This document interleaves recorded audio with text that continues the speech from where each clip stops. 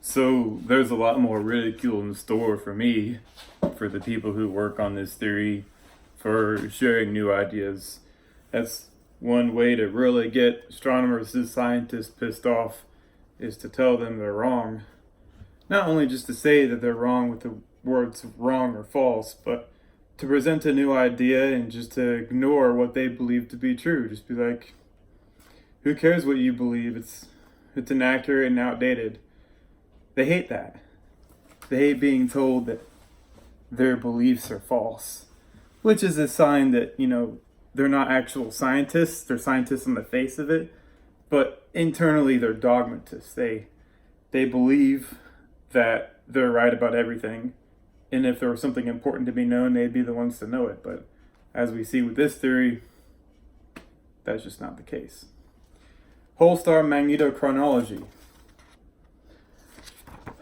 I don't want to read this whole paper out, but magnetochronology, as it's understood, for those who might look this up on the internet, is looking at the surface features of a highly evolved star such as Mars or the Earth or Venus or Mercury, and noticing how there's banded patterns inside the rocks. Basically, the magnetic orientations of the rocks are different. Why are they different?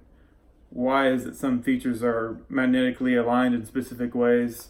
How is all that possible?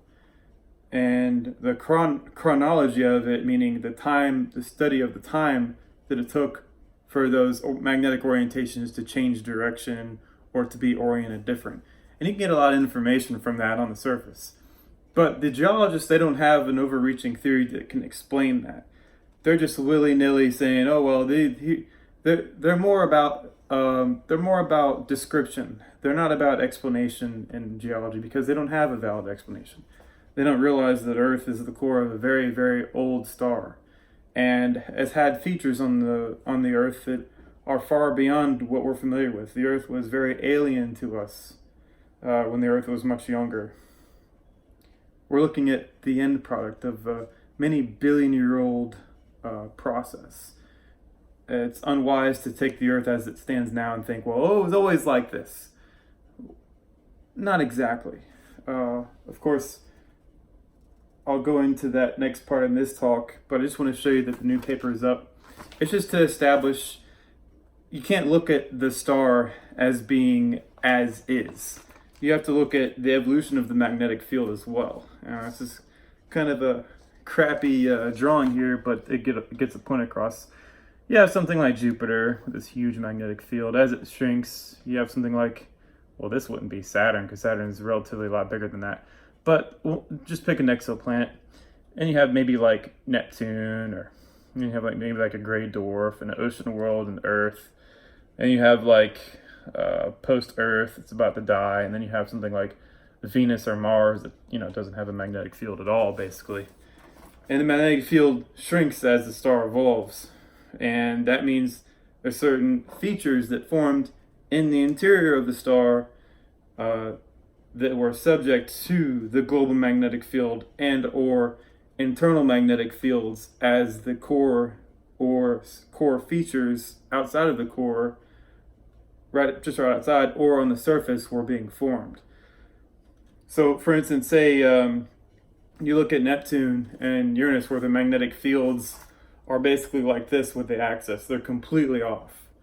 Well, that means if rocks and minerals are forming in its interior, which I believe is happening, those rocks are going to be aligned in a certain way along with the magnetic field. And as the star evolves, the magnetic field will eventually align with the axis, and then the alignment of those rocks and minerals that are forming will flip, and then it will maybe even keep on going, and then they'll flip again. That's why we see layers of magnetic orientation inside of the crustal regions of the Earth. Of course, it's not as straightforward as that. There are many complexities involved, but I wrote this paper just to keep that in mind. As well, the chronology of the whole star. So if we look at Jupiter, we see that its magnetic field is just this massive, gargantuan thing that's larger than the sun itself. How does something that's supposedly by the astronomers' dogma, 4.5 billion years old with a magnetic field that large. Old ancient stars like the Earth don't possess those sizes of magnetic fields. Jupiter is a very, I would say, intermediate age star. It's not old at all. I mean, compared to the Earth. And then Saturn, and then you have Neptune and Uranus. And those are a bit older. But to have such a large magnetic field on something that's claimed by the astronomers to be the same age as the Earth, and then they go off and they say, well, Venus and Mars and Mercury are also the same age as the Earth, and they don't even have magnetic fields. How can those objects that are supposedly the same age as Earth, and the same age as Jupiter, mind you, not even have magnetic fields at all? The astronomers aren't making any sense, and that's what it boils down to. They're trying to force everything to conform to assumptions. And I don't know if you guys know about this. The assumptions of astronomy, the assumptions of geophysics and geology, and there are tons of them. I couldn't even do them justice. That's why I just wrote a little paper up on them just to show, hey, there are assumptions here that the astronomers and geologists are using which aren't true. Now, mind you, these papers were written over about 6 years ago, and they're on Vixer too. I'll link them to the bottom. But I did a little bit of digging, and what I found is there is a root assumption. I should have wrote a root assumption instead of the root assumption. But a root assumption the geologists make, and you'll see this everywhere if you look for it, is that the Earth is solid and liquid material now, for the most part. So it probably was always solid and liquid material. Well, that's an assumption. The truth is that the Earth was plasma first and then a gas before it was solid and liquid material. And we know this is what they assume to be true because it's even outlined by H.H. Hess in the History of Ocean Basins at the Princeton University. Very prestigious college, or university I should say. He writes here, for purposes of discussion, certain simplifying assumptions are made as to initial conditions on the Earth soon after its formation. It is postulated that it had little in the way of an atmosphere or oceans, and that the constituents for these were derived by leakage from the interior of the Earth in the course of geologic time. Not going to work. You can't sit there and make assumptions like that when you have the massive amount of data concerning the exoplanets which are evolving stars, that we have discovered by the thousands, soon to be tens of thousands, that are all extremely gaseous, much larger than the Earth, and literally fill the gap of sizes between the Sun and the Earth, and even soon to be Mercury, because we're going to find even smaller ones. You can't use these simplifying assumptions anymore, and this was made in 1962, November 1962. Right there. I'll link this to the bottom.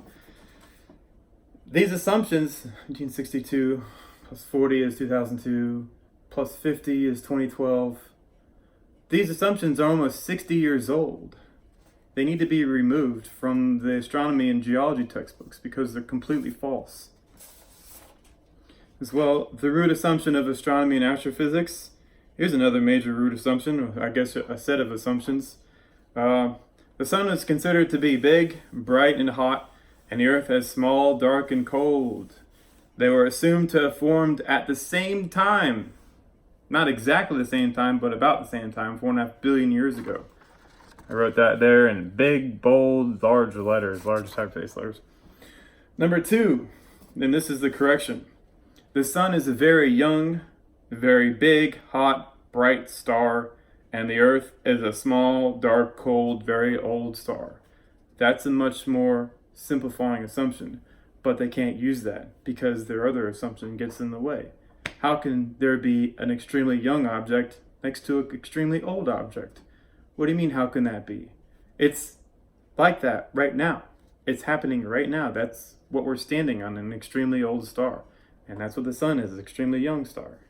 We're looking at two completely different aged objects. But the assumption is that they're both 4.5 billion years old, so naturally they paint everything with that assumption.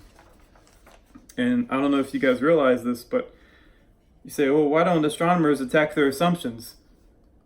Well, they can attack their assumptions because that's what they build their models and theories and ideas on.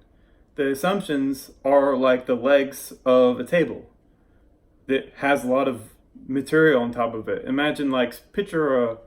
Have you guys seen the show Hoarders, where these people, they have a whole bunch of random stuff inside their house? Some things really gross, some things not so gross. But anyways, imagine a table inside of a hoarder's house, and it's a old table. It's kind of beat up. There's a little bit of termites in it, and it has a lot of this junk on top of it. An astronomer, what they do, instead of looking at the table legs and say, oh, the legs are about to give out, what they do is they pile on more stuff on top of the table, because that's what it's fine. It can be held up by those legs. And the reason why they don't want to attack their assumption is because it wouldn't make any sense for somebody to go around and just kick the table and knock the legs out from underneath it, because then all the junk will fall off.